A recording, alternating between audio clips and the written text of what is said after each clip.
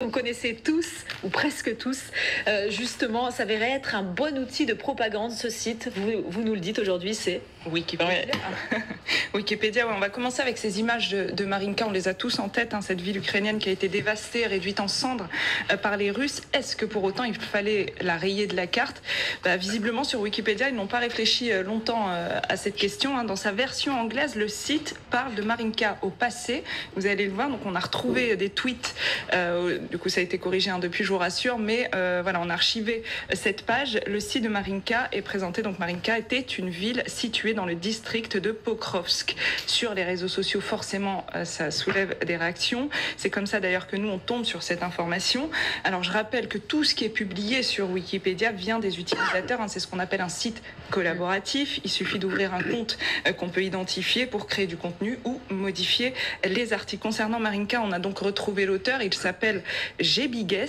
Et d'après lui, comme aucun habitant ne vit là et que la ville est détruite, il dit même était, donc il insiste, finalement, autant faire comme si Marinka n'existait plus. Il fait la modification donc le 27 février et c'est quelques jours plus tard, le 4 mars, que c'est un autre utilisateur rectifie l'erreur, parce que c'est comme ça donc que ça se passe sur Wikipédia. Donc c'est Dino Soup Canada, c'est un autre utilisateur qui partage même son indignation dans les commentaires sur Wikipédia. Il dit du coup, si New York était détruite et que tout le monde partait, ce serait toujours une ville, juste une ville déserte. Donc aujourd'hui, Wikipédia parle bien de Marinka au présent. Ça peut paraître anecdotique comme ça, mais les mots sont très importants pour rendre compte de la réalité de cette guerre. Il y a un vrai enjeu de communication, voire même de propagande. Le choix des mots est très important. On appelle ça la guerre d'édition sur Wikipédia, à tel point que Wikipédia a mis cette page de Marinka sous protection aujourd'hui.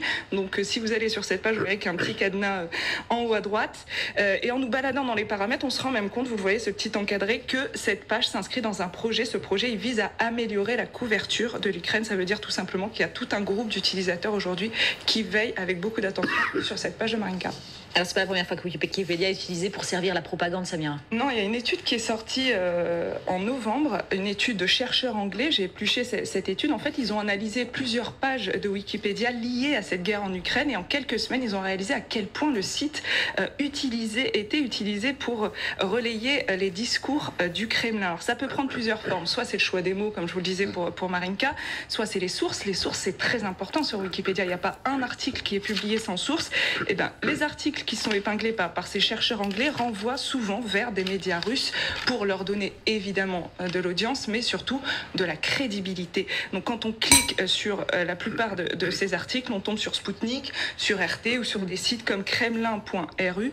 En tout, ce sont 86 comptes, 86 comptes qui ont été bloqués. Ils ont tous, ils ont alimenté en fait près de 700 publications autour de cette guerre en Ukraine. Ça représente 8,6% du contenu total sur ce sujet. Donc ces chiffres ils viennent de cette étude et c'est pas rien. Hein. Donc je vous parlais tout à l'heure de Marinka. On peut aussi citer la page qui est consacrée à Boutcha, là aussi modifiée plusieurs fois pour minimiser les massacres. Autre exemple qui est quand même pas des moindres, la Crimée qui a été présentée pendant un petit moment comme appartenant à la Russie. Alors il faut choisir, il faut savoir quand même que ces propagandistes, là aussi ce sont les chercheurs anglais qui nous l'apprennent, connaissent bien la machine Wikipédia. Ils savent comment échapper au radar.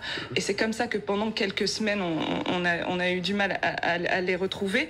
Alors ça dure rarement très longtemps et ça c'est quand même l'une des forces de Wikipédia, c'est la réactivité. Cette communauté autour de ce site internet est très réactive, surveille beaucoup. En quelques heures en général, les contenus douteux sont supprimés. Le problème c'est que vous parliez de machine, c'est une redoutable machine. Elle est très efficace. Hein. Wikipédia c'est le 9e site le plus utilisé au monde. Rendez-vous compte du potentiel de visibilité pour les contenus. 4,3 milliards de vues par mois. Les pages sont traduites en 320 langues. Et pourquoi on trouve davantage ces fake news sur les pages anglophones? Tout simplement parce que ce sont les plus consultées. Du coup, là aussi, c'est là qu'il y a le plus de contenu. Je vous donne un dernier chiffre pour terminer cette chronique. 45 millions d'utilisateurs anglophones de Wikipédia dans le monde. Merci beaucoup, Samira. Il reste